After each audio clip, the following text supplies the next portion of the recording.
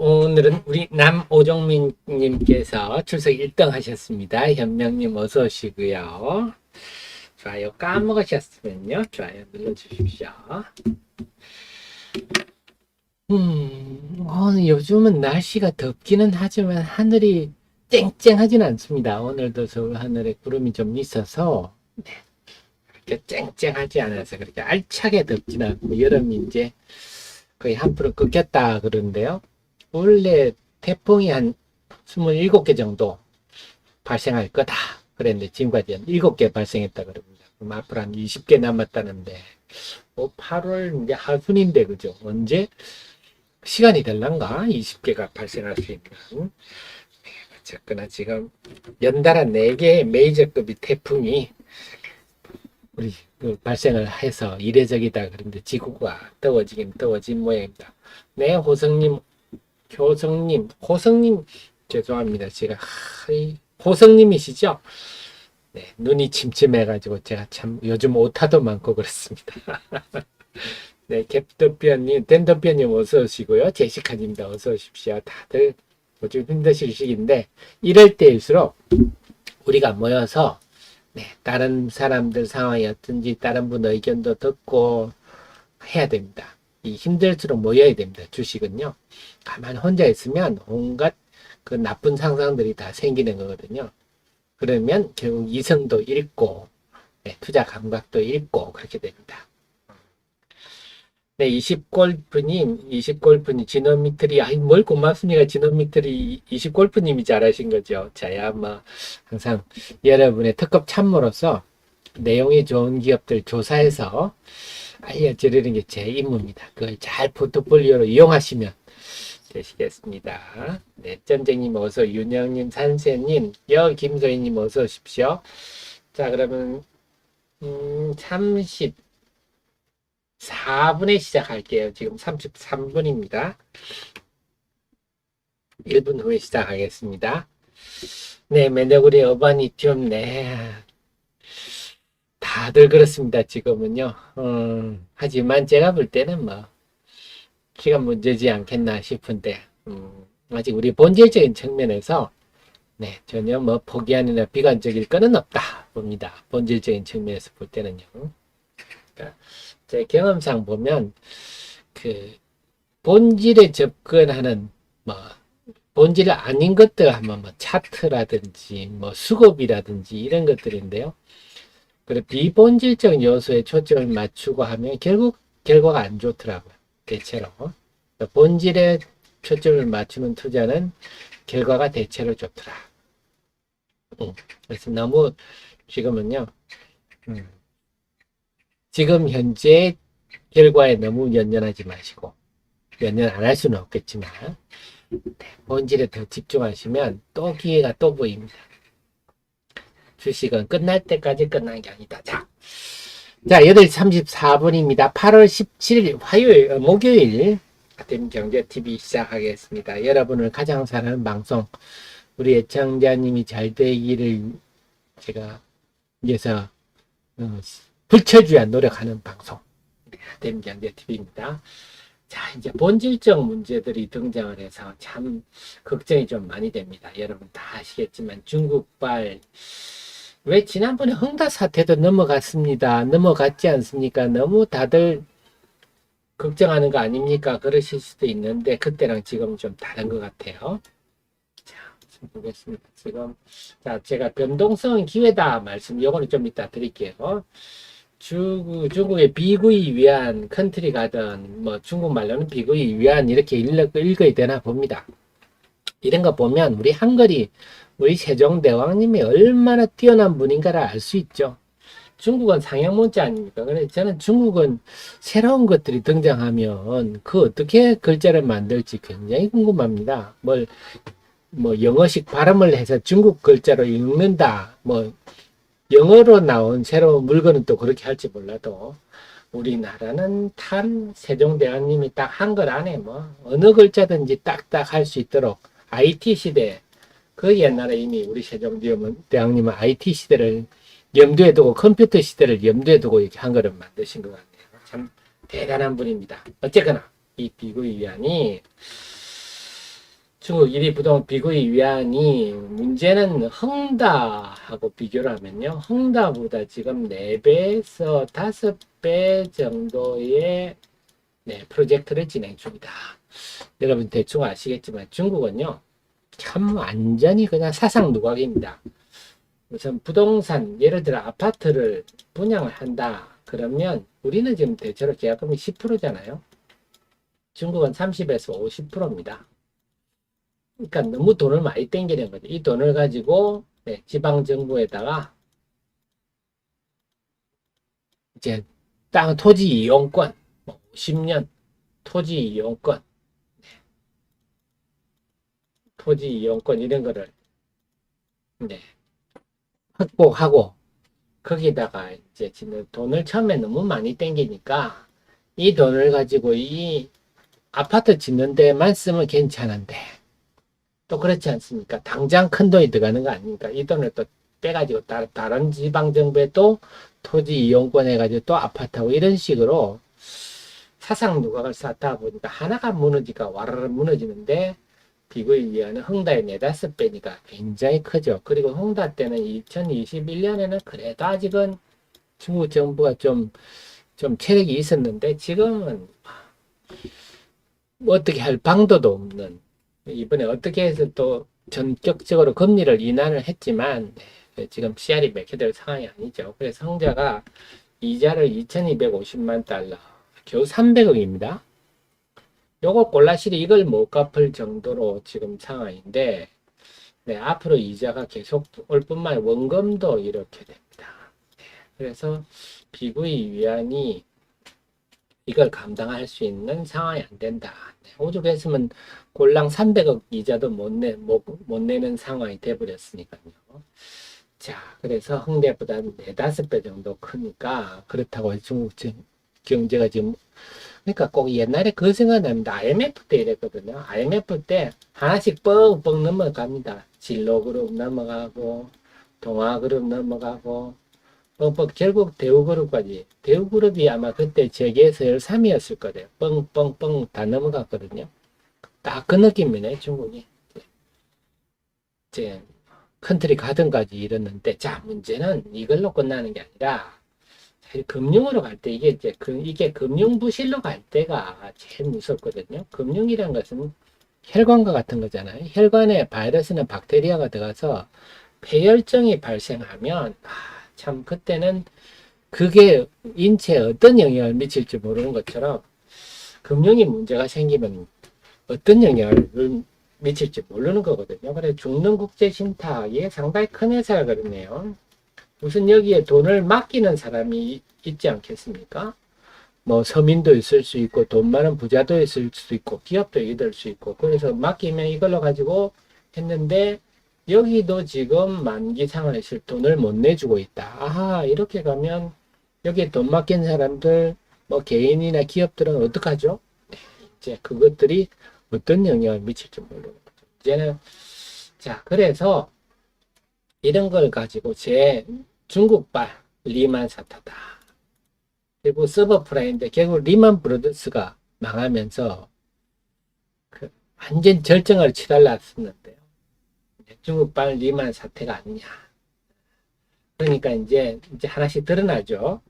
비구이 위안의 채권을 갖고 있는 블랙록, 뭐 HSB 다 채권이 있는데 물론 이들의 자산 규모에 비해서 요거는 뭐 조족지혈, 비구이 위안 채권 때문에 블랙록이 뭐 위기에 빠지고 이렇게 하는 사람 눈꽃만큼도 없지만 서서히 드러나기 시작하는 거죠. 그러면 저는 우리나라는 어떨까? 국제네요. 우리나라 은행들은 비구이 위안 채권 우리나라에도 지금 뭐 중국에 굉장히 우호된 사람들이 많잖아요. 네. 그래서 만약에 우리나라 금융권에서 비구이 위안 채권이 누가 얼마 갖고 있다면 해당 주가가 한번 출렁거릴 수 있겠습니다. 이런 얘기도 있어요. 근데 정작 이런 일이 우리가 걱정이 되는 이유는 이렇게 지금 환율이 지금 올라가거든요. 지금 우리가 지금 우리 주식시장 입장에 제일 문제가 되는 게 환율인데요. 지금 보면 중국 위안화가 당연히 중국이 흔들리니까 마치 우리 IMF 때 환율이 2,000원 훌쩍 넘어갔던 때처럼 그런 상황. 중국은 지금 환율이 그 위안화 가치가 떨어지는 거죠. 근데 중국이 이러니까 일본도 엔화도 이제 엔화가 그 뭐야 안전 통화라는 말은 이제 사라졌습니다. 엔화 또 옛날에는 이랬으면 엔화가 이렇게 엔달러 환율이 떨어졌을 건데 이제는 그런 일이 없. 엔화도 지금 최고치를 돌파하고 있어서 우리 원화도 안 그래서 우리도 최고치를 돌파하는 쪽으로 안 갈 수 없거든요. 이게 이제 우리 주식시장한테는 굉장히 나쁜 거죠. 외국인들이 이러니까 외국인들이 우리 주식을 살 이유가 없죠. 살 수가 없죠. 지금은요. 환차선 우려 때문에 미룰 수밖에 없는. 그래서 환율이 올라가는데 이게 결국 어떤 영향을 주냐면 시장의 최악의 경우에는요. 미국이 지금 채권 금리가 또 올라갔잖아요. 채권 금리가 지금 막 계속 올라가고 있는데 이런 이유가 지난번에 이렇게 앞에 올라갈 때 보면요. 일본이 한 번씩 이럴 때가 있었어요. 이렇게 팍팍 떨어질 때가. 이럴 때 일본이 보면 미국의 채권 금리가 올라갔던 적이 있어요. 채권 가격이 떨어지는 거죠.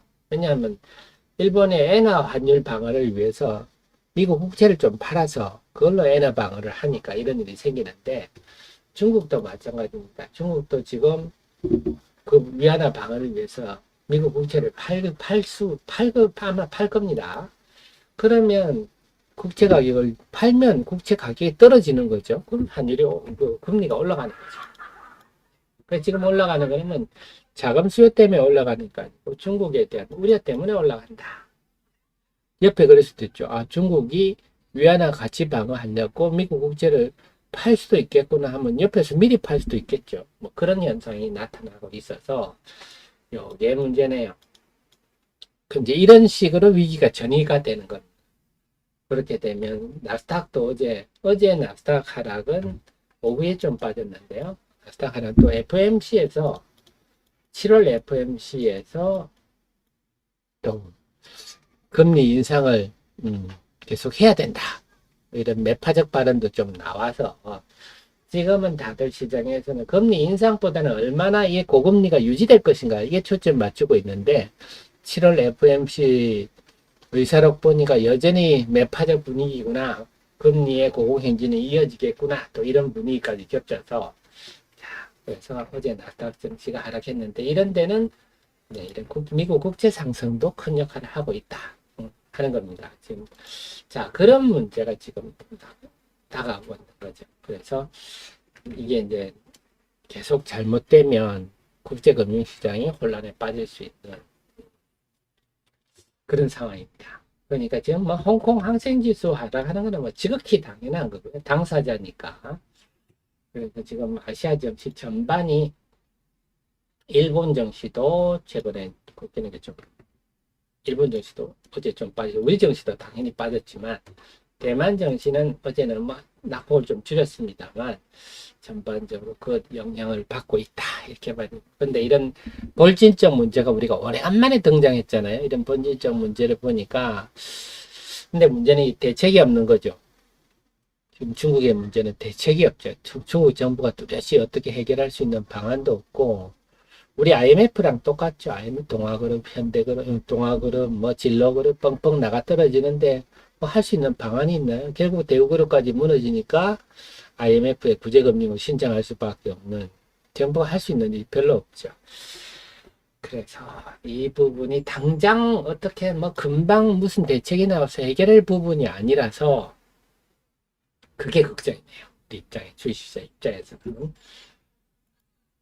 그래서 계속 중국으로부터는 중국은 침몰이 확정된 타이타닉이라서 우리가 빨리 멀어져야 된다 말씀드렸는데 지금 멀어지고는 있습니다만 아직도 우리가 수출에 차지하는 비중이 중국이 한 19.5% 정도 되거든요. 그래서 이렇게 빨리 침몰해버리면 우리도 휩쓸려 가니까 걱정이네요. 다만 우리나라가 산업 경쟁력이 워낙 뛰어나고 또 중국이 저렇게 좀 미안한 얘기입니다만 중국이 저렇게 망하면 우리랑 경쟁하는 부분이 많죠. 덕보는 부분도 있어서 꼭 우리한테 뭐 나쁘다 할 건 아니지만 어쨌거나 지금 저렇게 금융적으로 확대되고 있다 하는 건 염두에 두셔야 되고 또 하나가 지금 개인들 투자 심리가 특히 2차전지 쪽에는요, 낙폭이 아주 큽니다.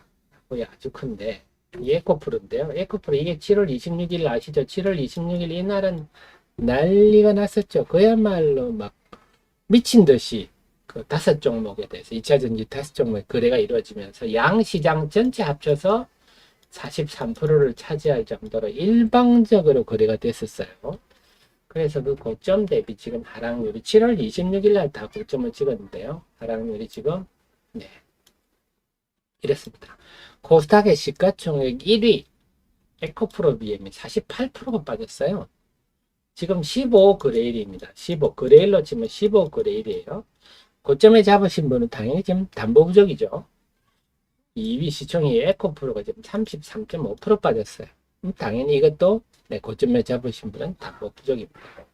포스코가 요즘 시총 어떻게 됐나요? 한 지난번에 포스코는 제가 볼 때는 4위 정도 됐었는데 29%. 포스코 퓨지엠이 지난번에 제가 볼 때 시총 10위였거든요. 지금 41%. 네, 금년 같은 거는 38% 이런데요. 얼마나 많은 개인들이 이 주식을 샀나요? 여기 거기다가 외국인의 국민연금까지만 물량을 다 엎어버렸지 않습니까? 그 물량을 엄청나게 많은 개인이 안고 지금 자빠졌는데 불과 15거래일 만에 하락률이 이러니까 투자 심리가 좋을 수가 없죠. 삼성전자를 샀는데 15거래일 만에 48%가 빠졌다 이런 얘기가 똑같은 얘기 아닙니까?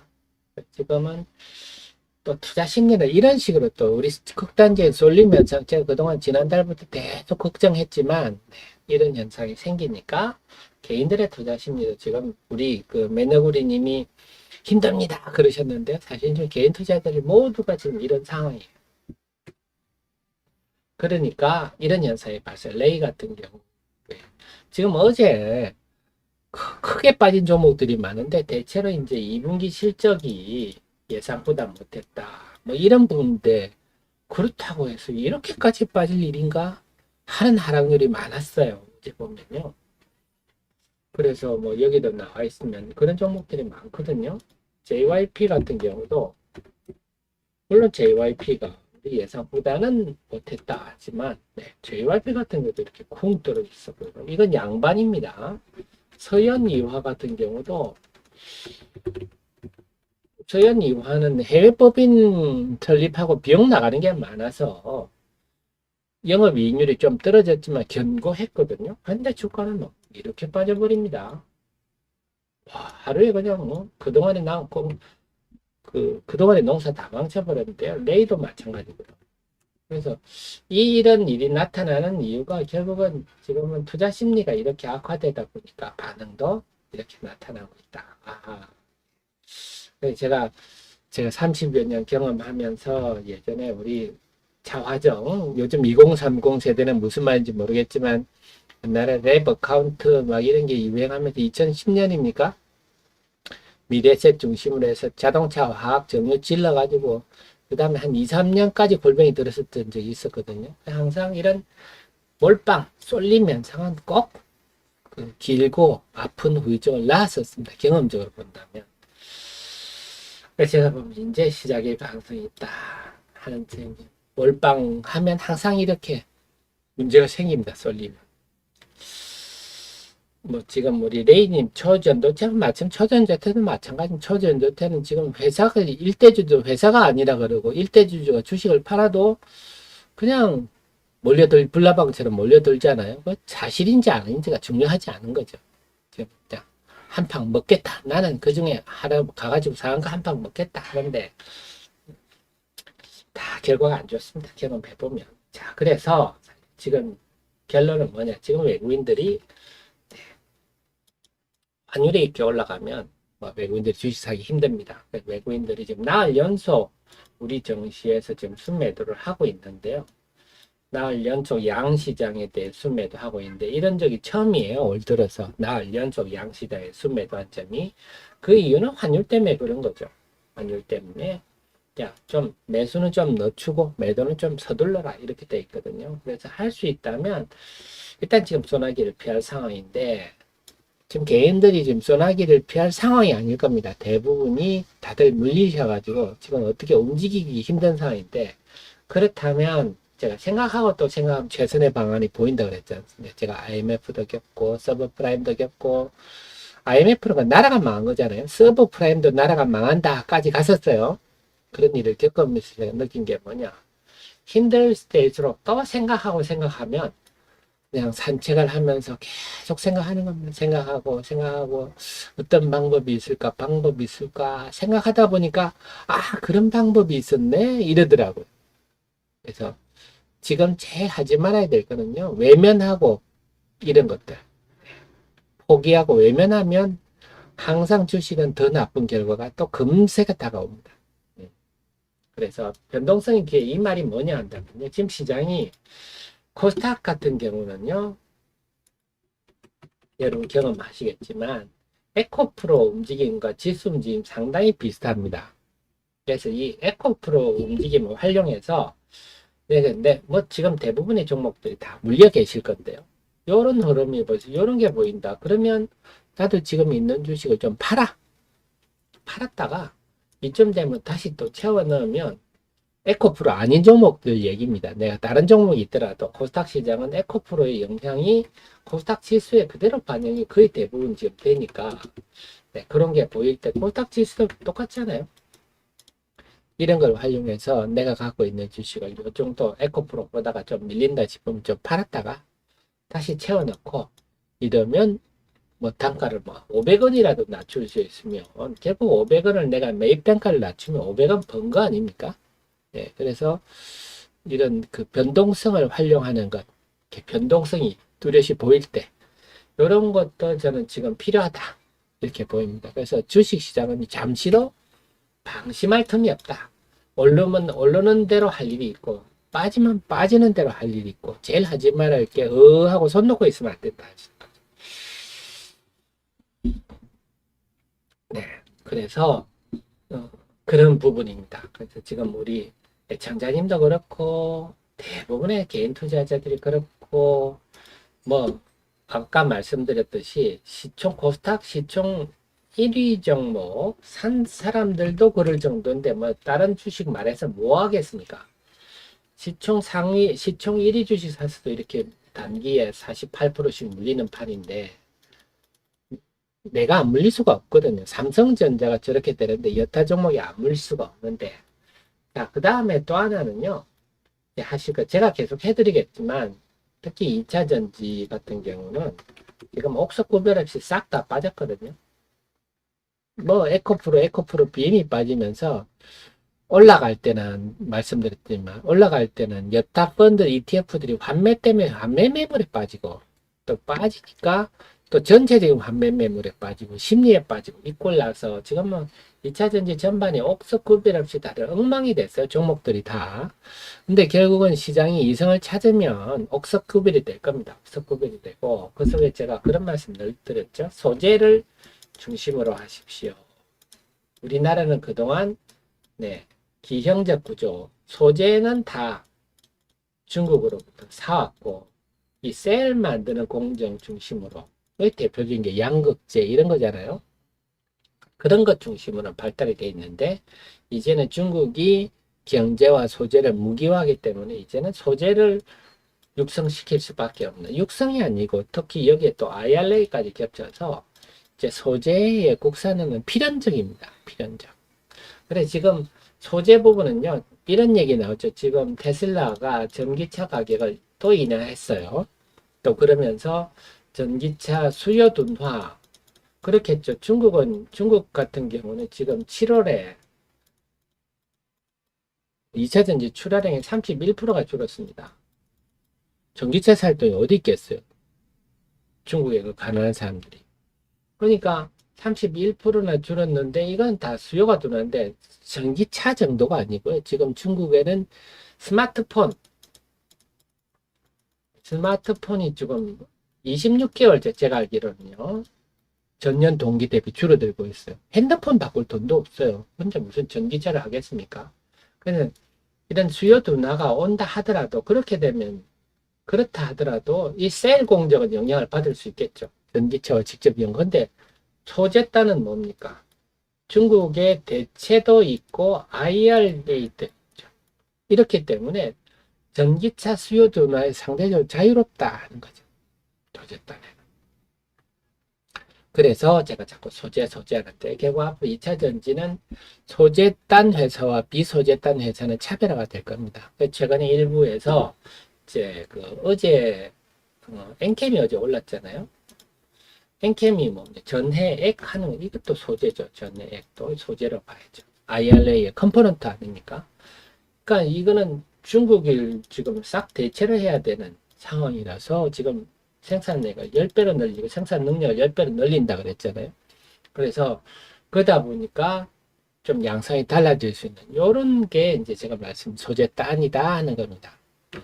그래서 IRA 직접적인 컴포넌트라든지 크리티컬 머티리얼즈라든지 그런 쪽으로 해서 이제 앞으로는 지금은 다 같이 휩쓸리고 있으니까 그렇지만 앞으로는 달라질 거라. 그래서 제가 우리 정 의원님, 프로의원, 지의원님께 그동안 소재 해왔는데요. 지금은 소재 딴 주식도 다 빠졌어요. 다 빠졌지만 앞으로 많이 달라지는 차별화되는 국면이 오지 않겠느냐.